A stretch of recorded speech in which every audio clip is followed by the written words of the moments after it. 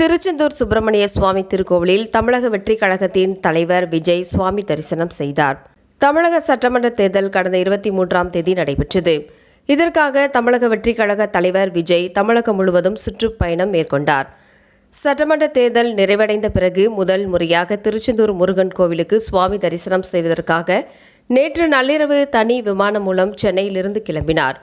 மதுரை விமான நிலையத்திலிருந்து தமிழக வெற்றிக் கழகத்தின் தலைவர் விஜய் தனி கார் மூலம் மதுரையிலிருந்து அருப்புக்கோட்டை பைபாஸ் சாலை வழியாக திருச்செந்தூர் வந்தார்.